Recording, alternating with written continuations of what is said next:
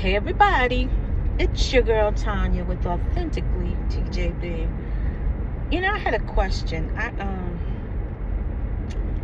want to know something. I'm in a management role, and it's not my first go round, but this role here, this position with this company, seems to be kind of challenging.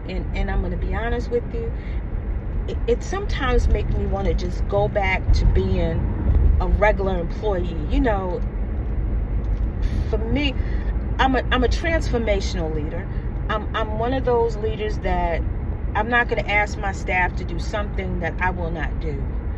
And I've been in retail, and I've been in management in retail. I worked for Kohl's, during the Christmas season back in New York, and I was in management.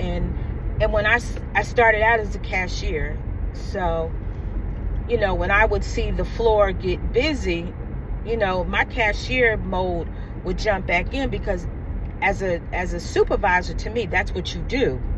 You help out your people. And I never forget this particular store manager. He was like, "You don't have to do that. You're in supervisory role now." Yeah, I have to. Because, I got to show my staff, that's just me, that that's a title. And I'm here with you. I'm in the trenches with you. Just like you gonna make me look good, I want to make you all look good. And so that's always been my thing. And it's been a gift and a curse. But that's just me as a leader. In this particular role I'm in, I'll keep it condensed, because some people, you don't know who's watching, and will take it the wrong way. But I'm not saying anything wrong. I'm just expressing how I feel. But before I got there, they had another manager, my predecessor, and the staff, the two people that I'm supposed to be supervising, ended up being supervised under my manager. So when I got there was this one particular employee and my manager who worked very closely together. And I see that he shows her more, depends on her more, and I'm still feeling like I'm a fish getting caught, and my fins are still wagging, because I don't know which way I'm supposed to be going. I don't know what I'm supposed to be doing. I've been there a year, and I'm still like trying to navigate and get on the same sheet of music as everyone else.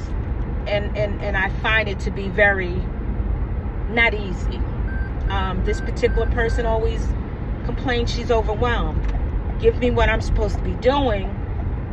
Let me help you. But then it's always, well, I want to get this clean first before I give it to you, or I want to make sure this is right. Well, then I don't know what you want me to do. Like here again, the record is skipping, like it's jumping, and our music isn't musicking. So Friday, I told her there was a journal we needed to work on, per my boss, our boss, because again, I don't know where I stand, but we're going to find out. And she looked like she was on the phone. So when she came to my office, you could tell she was flustered. And I'm like, are you okay? I said, we could work on this Monday. Oh, I'm just trying to do this journal, and I'm just over it. I'm over it. Hey, we could work on it Monday. It's not that serious. So the person in me, I went back around to her office. She was gone. Door closed. Said nothing to me after the blow up that I'm over it, right? Okay. I go to my boss, because a lot of times she'll mention to him if she wants to leave or whatever. Now, I'm going to tell you, I came from the Department of Corrections. And if you do something like that, you leave, and I don't know. See, to me, you're abandonment. That's abandonment of your position, your, whatever. And I understand people go through things, but still, with the Department of Corrections, anywhere, you don't have to tell me why you're leaving or why you're off. You can say, look, if I need to leave for the day, I need to be up, blah, blah, blah. that's fine. But to leave and don't tell me. See, in corrections, that would be a group 3. But because I don't know where I stand right now in this role as the manager for this office, I don't know, because my boss is still there, but I don't know. Like, I don't know. But so I text this person, said person, hey, just want to make sure you're okay. Basically, because you walked out of here and didn't say anything. A few hours later, yeah, I'm okay. Never said anything. So yesterday, Saturday, I sent out an invite for Monday because my boss and the said 2 ladies, which, I've always grown up, you do for one, you do for all, because one of the ladies is, taught me her stuff, keeps me in the loop. When she's going to be off, she'll tell me, she'll submit her time. Boom, no problem. Then you have the other one. I never see any time submitted. Even with me, when I take off, the other day I didn't feel good. I put in my 3 hours. Although my boss said, oh, you're fine. No, that's the integrity in me. Just like in our accounting, there should be integrity in your numbers. There's integrity in me. And that time is given to me to use. And I'm not going to take advantage of it, because I'm going to say it, I'm a black woman who don't have the privileges as said woman who left. I don't have those privileges. And I have to be, as a black woman, I have to be 20 times or 20 steps ahead, because I don't have that privilege. I don't have it. And I can tell you, because I have applied for jobs that I know that I'm qualified for, but I didn't get it. And a white woman, and I'm just going to say it, and I'm not prejudiced, but a white woman who has less experience than I have got the position, because the person that was hiring for the job felt compelled to give it to her. But I'm going to tell you a little story.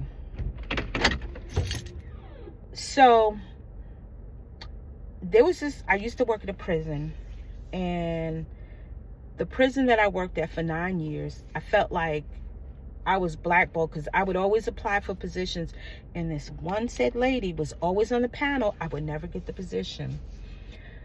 So when the business manager at the prison that I had left, I had been here for 9 years, I applied for the business manager position. Now, I was an accountant.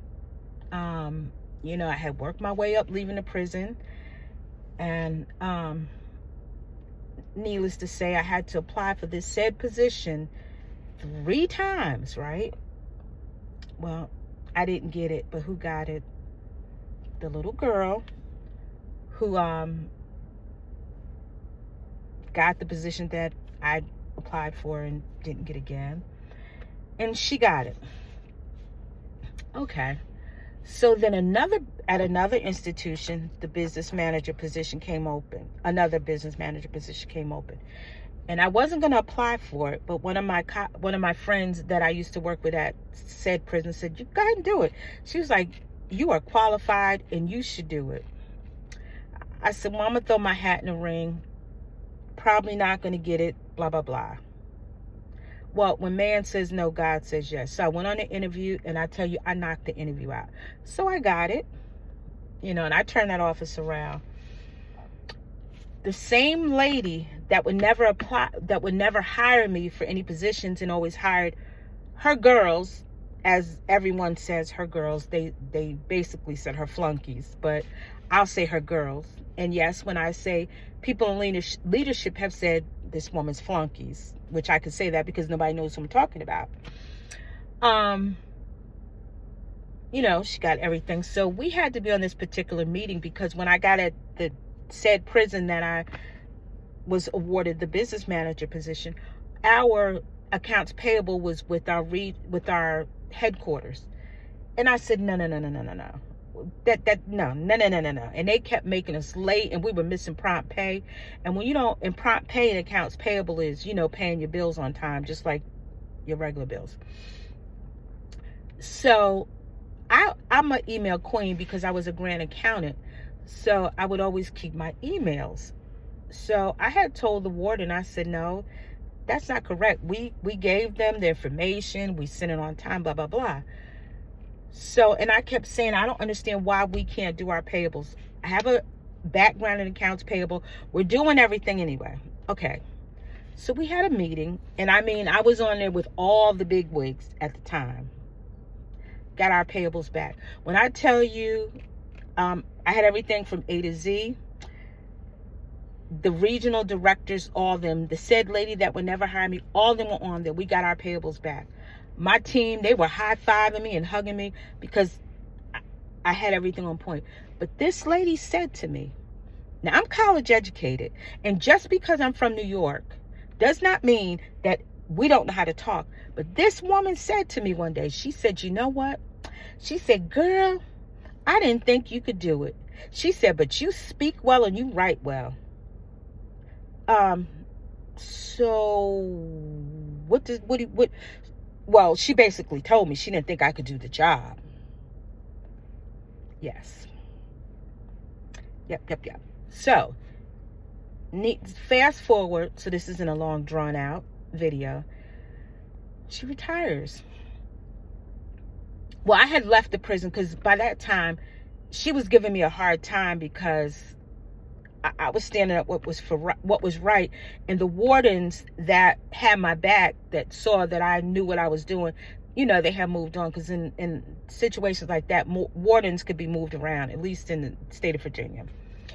So, and everything we needed something, she was always knocking me down, and then people would just call, I need, Miss Smith didn't get, and they would copy the warden. And I said, let me tell you something, and I said this in an executive team meeting. Yes, because I went to the executive team meetings. Unlike now, I don't go to them. But anyway, nonetheless, no shade, no tea. I said, I don't care if you call the president and tell him that I'm not getting this, or I said no. It is bigger than me. I said, if Big Sis tell me no, then I have to tell you no. And I said, and honestly, I'm tired of this. I said, someone called me one time, asked me for a printer 4 times. And every time I told him where that printer was, and he would email the warden, copy the warden, like I wasn't, giving him the printer. I'm not making enough of this. I'm not making enough. So when the said position, that's why sometimes now I'm learning, everything that look good to you is not always good for you. So when the position I'm in now came open, yeah, I looked at the dollars. I'm going to be honest. Like Wendy Williams said, she went into television because she was looking at the dollars. But television wasn't her heart. She said radio was. And I should have kept my butt at the prison, where I have respect of my staff, and I didn't go through the mess that I'm going through now. So, but is the money good? Yes. Is it affording me a lifestyle? Yes. Okay, so you might say, why are you doing YouTube? Because I'm trying to buy a house next year, and I need more money. I ain't gonna lie to you. Stuff is going up. But anyway, so said woman has, put in her retirement. Job advertised. I applied. Do you know she kept advertising that job 3 times. 3 times. Finally, on, I'm not going to say what month, but the 16th was the day of the interview. Do you know 16, 17, 18, 19, 20? On the 20th, the ones of us that interviewed got a Dear John letter. You know who got it? The little one that got it over me the last time. So I say that we as a people, we got to look out for each other. Because that's something that I see we don't do. I see it now with, I'm not being trained like my subordinate is. I see that this young lady got 2 positions. that I was qualified for over me. But you know what I said? I shall not be moved. I shall not be moved. Because now what I'm doing, and you don't tell everything, you don't tell the left hand everything the right hand's doing. But I am doing things for me so that when I retire, I have another, let's see, I can do other things. You know what I'm saying? I don't put one egg in the basket. And that's what I try to tell the YouTubers that are blowing up. Listen, again, no shade, no tea. I'm happy for you. But you got to make sure that if YouTube stops, that you can do something else. Because just like when TikTok went down, I don't know, but allegedly they were saying that the TikTokers who depended on that money was like distraught. But I'll tell you this story, and then I'm gonna let you go, because this video is like almost 20 minutes. Back in the day, I used to work at IBM, and I worked for Pepsi, right? But I'm gonna speak on IBM because at one time IBM was the Shignizal. That was the place to work. And when I tell you, before I got there, they would let people were going to college, getting a law degree, their doctorates, blah blah blah. Fully paid by IBM, but then IBM stopped that because people were getting those and they weren't staying with IBM. So, but then you had those who worked at IBM and never, ever worked anywhere else.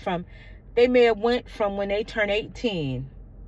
But see, when IBM started to lose its momentum and shut down, those people knew nothing else. They didn't know Microsoft. They didn't know Excel. They only knew IBM's products. And those people were killing themselves because that's all they knew. They just knew IBM. So as for me, I have been in retail.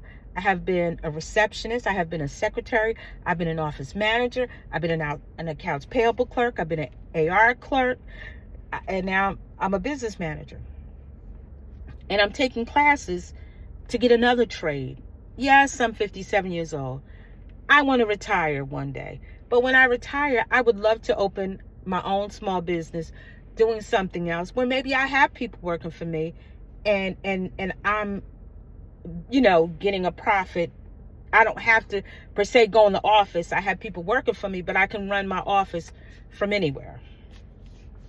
So I say that to say, please, whatever you do, ladies, brown ladies, sisters, brothers, brown brothers, let's stick together, because we definitely now are in some trying times. No, I don't know, for whatever reason people don't vote. I don't know why they didn't vote for Kamala Harris. I don't know. But I just say that to say is that we as a people have to stick together and don't put all your eggs in one basket. And remember, everything that look good to you ain't always good for you.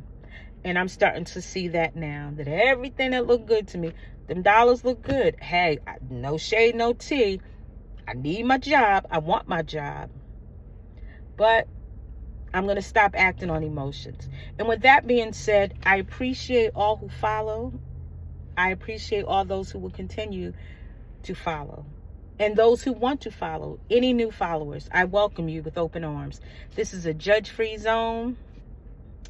It doesn't cost anything. And listen, let's encourage each other. Let's put some positive comments.